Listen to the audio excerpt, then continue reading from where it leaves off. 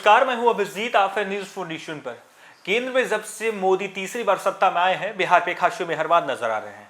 और अब मोदी सरकार के तीसरे कार्यकाल का पहला पूर्णकालिक बजट 1 फरवरी को पेश हो गया। 1 फरवरी को जब बजट पेश करने के लिए केंद्रीय वित्त मंत्री निर्मला सीतारमण पहुंची, तब बिहार पे खासा मेहरबान नजर आई।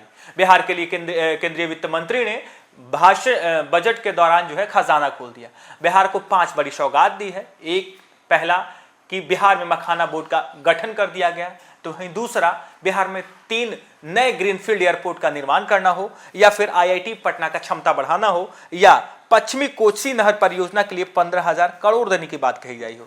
तो वहीं दूसरा, उद्यमिता एवं प्रबंधन संस्थान को लेकर भी घोषणाएं की गई है। यानी बिहार में जो है परियोजनाओं का बौछार दे दिएगा। केंद्र सरकार की ओर से 5 जो है बड़ी घोषणा की गई।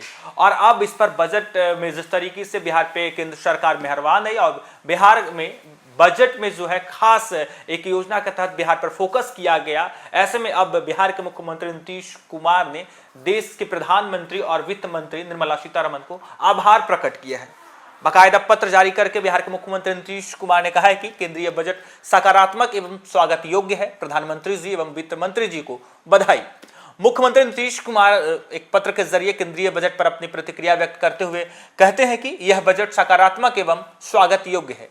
केंद्र सरकार का यह बजट प्रगतिशील एवं भविष्योन्मुखी है। इस बजट के माध्यम से केंद्र सरकार द्वारा देश के विकास की गति को और बढ़ाने के लिए कई कदम उठाए गए हैं। बजट में बिहार के लिए जो घोषणाएं की गई है, उनसे बिहार के विकास को और गति मिलेगी। मखाना के उत्पादन, प्रसंस्करण, मूल्य संवर्धन और विपणन में सुधार के लिए राज्य में एक मखाना बोर्ड की स्थापना से मखाना किसानों को लाभ मिलेगा। राज्य की भविष्य की जरूरतों को पूरा करने के लिए बिहार में ग्रीनफील्ड हवाई अड्डों की सुविधा को काफी फायदा होगा। साथ ही राज्य के आर्थिक विकास को गति मिलेगी। मिथिलांचल में पश्चिमी कोसी कैनाल परियोजना के लिए आर्थिक मदद मिलने से यहां के किसानों को फायदा मिलेगा। इस बजट में पटना आईआईटी को विस्तार का प्रावधान किया गया है। इससे तकनीकी शिक्षा को बढ़ावा मिलेगा।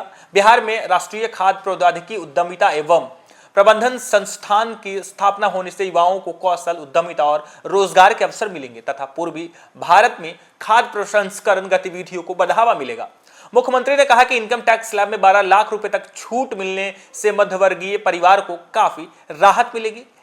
किसान क्रेडिट कार्ड पर कर्ज की लिमिट 3 लाख से बढ़ाकर 5 लाख तक करने से किसानों को इसका लाभ मिलेगा।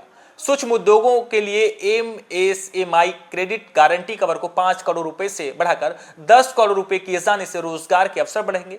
बजट में गरीब युवा किसान के हित में कई कदम उठाए गए हैं, यह स्वागत योग्य है। उन्होंने कहा कि बेहतर बजट पेश करने के लिए प्रधानमंत्री नरेंद्र मोदी जी और वित्त मंत्री निर्मला सीतारमण जी को आभार प्रकट करता हूं, धन्यवाद देता हूं। यह कहना है बिहार के मुख्यमंत्री नीतीश कुमार का। बजट पे बिहार के लिए खास मेहरबान दिखा है केंद्र सरकार। और बजट में बिहार के तकनीकी क्षेत्र में हो, या किसान के क्षेत्र में हो, या विमान के क्षेत्र में 3 नए ग्रीनफील्ड एयरपोर्ट बनाने की बात कही गई हो, या फिर किसानों के लिए मखाना बोर्ड का गठन किया जाना हो, या फिर मिथिलांचल में पश्चिमी कोसी नहर परियोजना के 15,000 करोड़ एनवायरमेंट रिसोर्सेज मैनेजमेंट की जो है इसकी बात कही गई हो। लगातार बिहार के लिए केंद्र सरकार की ओर से नई नई घोषणा की गई, और अब बिहार के मुख्यमंत्री नीतीश कुमार की प्रतिक्रिया है, और उन्होंने साफ तौर पर देश के प्रधानमंत्री नरेंद्र मोदी और वित्त मंत्री निर्मला सीतारमण का आभार प्रकट किया है।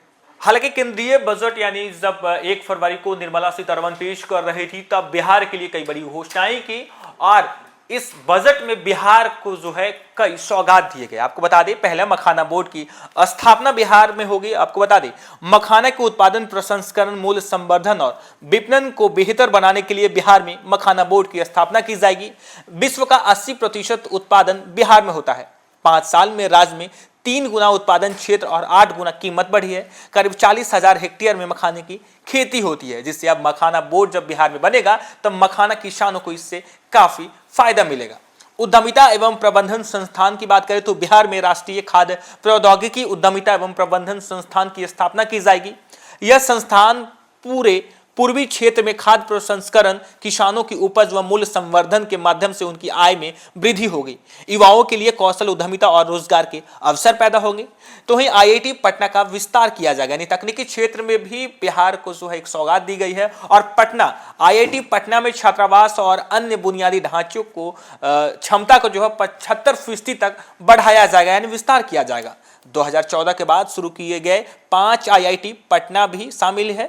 6500 और छात्रों को शिक्षा की सुविधा देने के लिए भी अतिरिक्त बुनियादी ढांचा निर्मित किया जाएगा। यानी 2014 के बाद जो 5 IIT शुरू हुआ था उसमें पटना IIT शामिल है। और अब कहा जा रहा है कि केंद्रीय बजट यानी जब पूर्णकालिक बजट वित्त मंत्री निर्मला सीतारमण पेश कर रही थी तब उन्होंने पटना IIT के विस्तार की भी बात कही है। वहीं 3 नए ग्रीनफील्ड एयरपोर्ट बनाने की बात कही गई है। भविष्य की जरूरतों को पूरा करने के लिए बिहार में ग्रीनफील्ड हवाई अड्डे बनेंगे। ये हवाई अड्डे पटना हवाई अड्डे की क्षमता के विस्तार और बिहटा के ब्राउनफील्ड हवाई अड्डे के अतिरिक्त होंगे।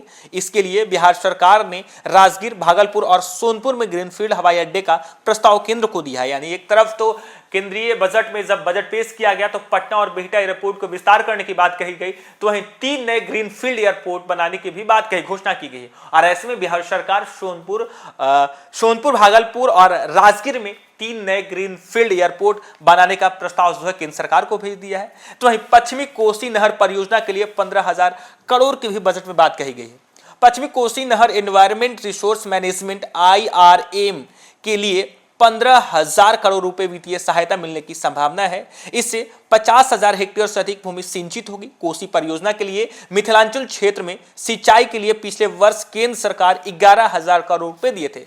यानी बिहार में जिस तरीके से बाढ़ की आपदा आती है, नेपाल में जिस तरीके से भारी बारिश होती है, इसके बाद बिहार में बाढ़ की वजह से लोग परेशान होते हैं। और ऐसे में बिहार में बाढ़ प्रबंधन के लिए केंद्र सरकार की ओर से 11,000 करोड़ रुपए दिए गए थे।